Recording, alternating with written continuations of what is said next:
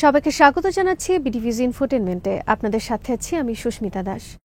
চীনের সরকারি ও রাজনৈতিক বিশ্লেষকরা বাংলাদেশে গত জুলাই মাস থেকে শুরু হওয়া কালার রেভলিউশন বা ছাত্র জনতার গণ অভ্যুত্থানের জন্য মার্কিন সরকারকে দায়ী করেছে। যদিও চীনের বিশ্লেষকরা অভিযোগের পক্ষে সুনির্দিষ্ট বা স্পষ্ট কোনো প্রমাণ পেশ করেনি, তবে চীনের রাজনৈতিক পর্যবেক্ষকেরা তাদের লেখা একাধিক নিবন্ধে দাবি করেছেন বাংলাদেশে যারা গণতন্ত্রের পক্ষে আন্দোলন করছেন, প্রয়াস চালাচ্ছেন, তাদের অনেককেই যুক্তরাষ্ট্র দীর্ঘদিন যাবৎ পৃষ্ঠপোষকতা দিয়ে এসেছে। আর এ ধরনের ব্যক্তি এবং তাদের তৎপরতার জেরেই বাংলাদেশে সাম্প্রতিক অভ্যুত্থানটি হয়েছে বলেও তারা দাবি করেছেন। এশিয়া টাইমসের বিশ্লেষণের ভিত্তিতে বিস্তারিত থাকছে আহমেদ আবদুল্লাহর প্রতিবেদনে।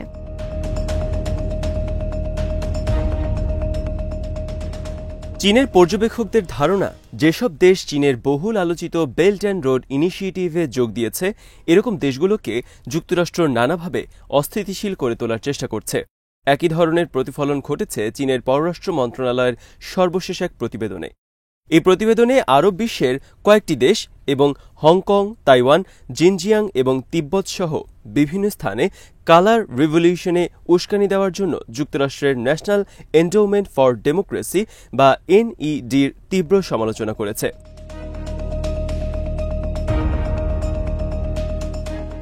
চীনে সফর করেছেন যুক্তরাষ্ট্রের জাতীয় নিরাপত্তা উপদেষ্টা জ্যাক সুলিভান। এই সফরের ঠিক আগে চীনের বিশ্লেষকরা এসব কলাম প্রকাশ করেন। 2016 সালের পর মার্কিন জাতীয় নিরাপত্তা উপদেষ্টার এটি প্রথম চীন সফর। এর আগে মার্কিন বাণিজ্য বিভাগের bureau of industry and security BIS গত 23 আগস্টে প্রকাশিত এনটিটি তালিকায় 42টি চীনা সংস্থাসহ 400টিরও বেশি সংস্থা এবং ব্যক্তিকে মস্কোতে ইলেকট্রনিক যন্ত্রাংশ সরবরাহ করার অভিযোগে অভিযুক্ত করেছে।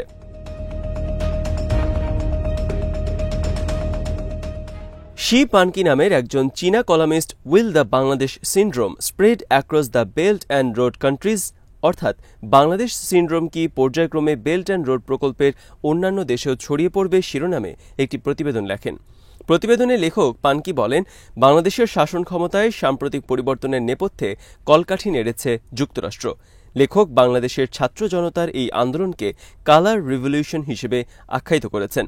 লেখক আরও দাবি করেন, দেশটির প্রতিষ্ঠাতা পরিবারটির সদস্যরা বিরোধী দল, সামরিক বাহিনী, জনসাধারণ এবং বহিরাগত শক্তির মধ্যে রাজনৈতিক ক্ষমতার ভারসাম্যহীনতা ও টানাপোড়েনের কারণে বাংলাদেশ সিন্ড্রোম ঘটেছে।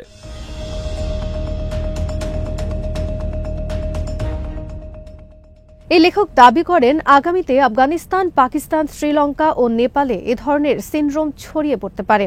সে আরও জানান, বহিরাগত শক্তির দীর্ঘমেয়াদী হস্তক্ষেপ বাংলাদেশের রাজনৈতিক অস্থিরতার নেপথ্যে একটি গুরুত্বপূর্ণ কারণ। বাংলাদেশের ভূকৌশলগত অবস্থান খুবই শক্তিশালী, আর এ কারণে দেশটিকে ভবিষ্যতেও নানা ধরনের চক্রান্তের ফাঁদে পড়তে হতে পারে।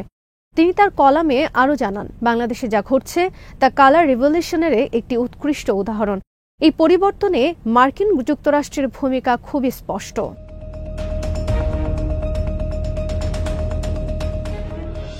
বাংলাদেশের জন্য যুক্তরাষ্ট্র ও ভারত সবচেয়ে প্রতাপশালী বহিরাগত শক্তি।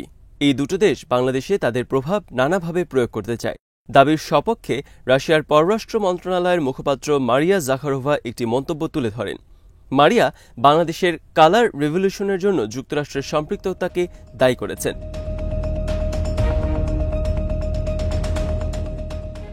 জাখারোভা গত বছরের 25শে ডিসেম্বর বলেছিলেন, 2024 সালের 7ই জানুয়ারিতে অনুষ্ঠিত বাংলাদেশের জাতীয় নির্বাচনের ফলাফল যদি মার্কিন যুক্তরাষ্ট্রের ইচ্ছার সাথে সঙ্গতিপূর্ণ না হয়, তাহলে তবে মার্কিন যুক্তরাষ্ট্র বাংলাদেশে একটি কালার রিভলিউশন ঘটানোর চেষ্টা করবে।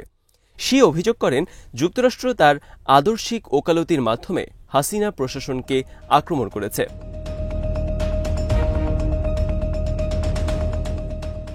চলতি বছরের জানুয়ারিতে বিতর্কিত একটি নির্বাচনের আয়োজন করে শেখ হাসিনা সংসদে নিরঙ্কুশ সংখ্যাগরিষ্ঠতা পেয়ে চতুর্থবারের মতো ক্ষমতায় আসীন হন।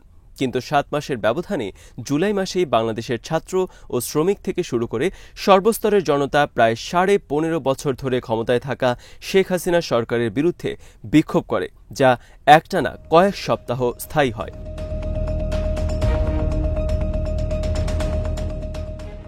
বিক্ষোভ এবং সরকারের দমনপীড়নের ফলে জাতিসংঘের হিসেবে 6 শতাধিক লোক নিহত হয়, যার বেশিরভাগ ছাত্র।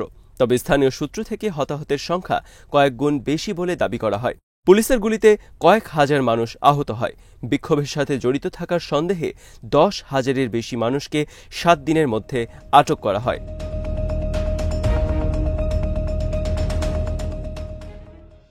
পরিস্থিতি নিয়ন্ত্রণের বাইরে চলে গেলে 5 অগস্ট শেখ হাসিনা পদত্যাগ করেন এবং দেশ ছেড়ে পালিয়ে যান। এরপর 8 অগস্ট শান্তিতে নোবেল পুরস্কার বিজয়ী মোহাম্মদ ইউনূস বাংলাদেশের অন্তর্বর্তী সরকারের প্রধান উপদেষ্টা হিসেবে দায়িত্ব গ্রহণ করেন। আন্তর্জাতিক মিডিয়া যখন বাংলাদেশে কালার রিভলিউশন ঘটার দাবি করছে, ঠিক এমন সময় কেন্দ্রীয় ব্যাংকের রিজার্ভ বৃদ্ধির জন্য বাংলাদেশ প্রশাসন চীন থেকে $5 বিলিয়ন ঋণও নিতে চাইছে।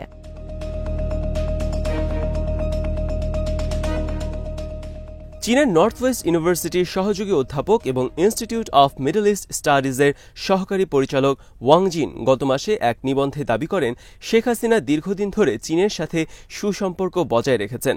শেখ হাসিনা গত জুলাই মাসে শুরুতেও বেইজিং সফরে এসেছিলেন এবং চীনের শীর্ষ কর্মকর্তাদের সাথে বৈঠক করে তিনি 20টি সহযোগিতা চুক্তিও স্বাক্ষর করেন।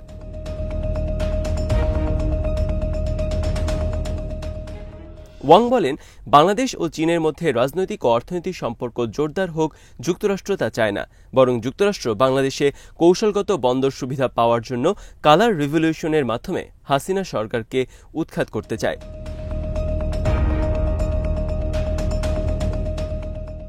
দু সালে বাংলাদেশ সরকার মাতারবাড়ি বন্দরকে গভীর সমুদ্র বন্দরে রূপান্তরিত করার সিদ্ধান্ত নেয়।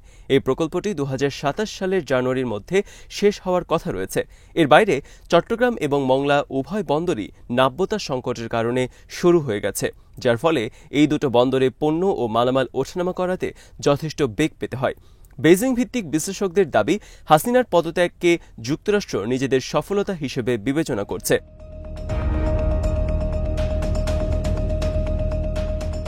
যদি যুক্তরাষ্ট্র এভাবে সরকার বিরোধী আন্দোলনকে আশেপাশের দেশে পৃষ্ঠপোষকতা দিয়ে যায়, তাহলে আরও অনেক দেশেই চীনা বিনিয়োগ ও স্থাপনা হুমকির মুখে পড়তে পারে।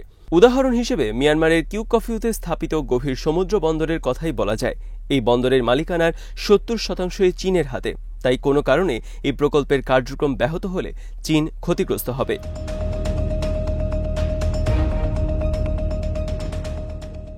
মার্কিন যুক্তরাষ্ট্র দক্ষিণ এশিয়ায় নিজেদের প্রভাব বাড়ানোর চেষ্টা করছে, তাই বঙ্গোপসাগরের কৌশলগত গুরুত্বও বাড়ছে। যদি আমেরিকা বাংলাদেশে মার্কিনপন্থী একটি সরকারকে নিয়ে আসতে পারে, তাহলে এই সুযোগ নিয়ে দেশটি বাংলাদেশে সামরিক ঘাঁটি স্থাপনের কথাও বিবেচনা করতে পারে। আর বাংলাদেশে যুক্তরাষ্ট্রের সামরিক কোনো ঘাঁটি তৈরি হলে চীনের সামুদ্রিক পরিবহন রুটগুলো হুমকির মুখে পড়বে। যুক্তরাষ্ট্র বাংলাদেশে ঘাঁটি তৈরি করলে মিয়ানমারের চীনের ব্যয়বহুল নৌবন্দরের কার্যক্রমও বিঘ্নিত হওয়ার আশঙ্কা রয়েছে।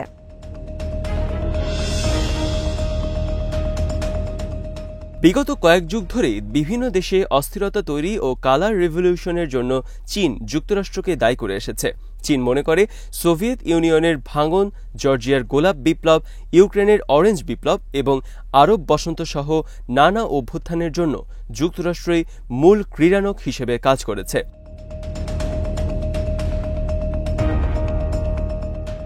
2022 সালের মে মাসে চীনের পররাষ্ট্র মন্ত্রণালয় একটি ফ্যাক্ট শিট প্রকাশ করেছে, যেখানে বলা হয়েছে ন্যাশনাল এন্ডাওমেন্ট ফর ডেমোক্রেসি হল একটি মার্কিন সরকারি সংস্থা যা হোয়াইট গ্লোভস পরিধানকারীরা পরিচালনা করে। এটি গণতন্ত্রের ক্রুসেডারেরা ছদ্মবরণে বিভিন্ন দেশের নির্বাচিত এবং বৈধ সরকারের উৎখাতের নেপথ্যে কাজ করছে।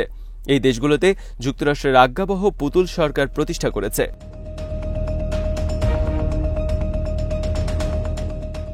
চীনের পররাষ্ট্র মন্ত্রণালয়ের মুখপাত্র ঝাও লিজিয়াং বলেন, এনইডি আসলে মার্কিন যুক্তরাষ্ট্রের দ্বিতীয় আরেকটি সিআইএ। চলতি বছরের 9 আগস্ট চীনের পররাষ্ট্র মন্ত্রণালয় the NED what is it and what it does শিরোনামে এক প্রতিবেদন প্রকাশ করেছেন।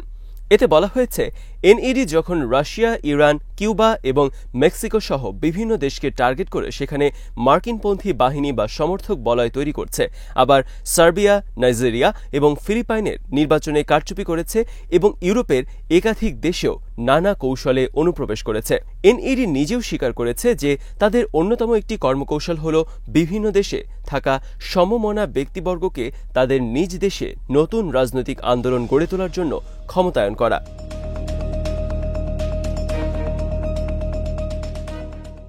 আজ এখানেই শেষ করছি। সমরাস্ত্র, প্রতিরক্ষা ও কূটনীতির নানা তথ্য জানতে চোখ রাখুন বিডিভিউজ ইনফোটেনমেন্টে। চ্যানেলটি ভালো লাগলে সাবস্ক্রাইব করুন, সংযুক্ত থাকুন আমাদের ফেসবুক পেজে।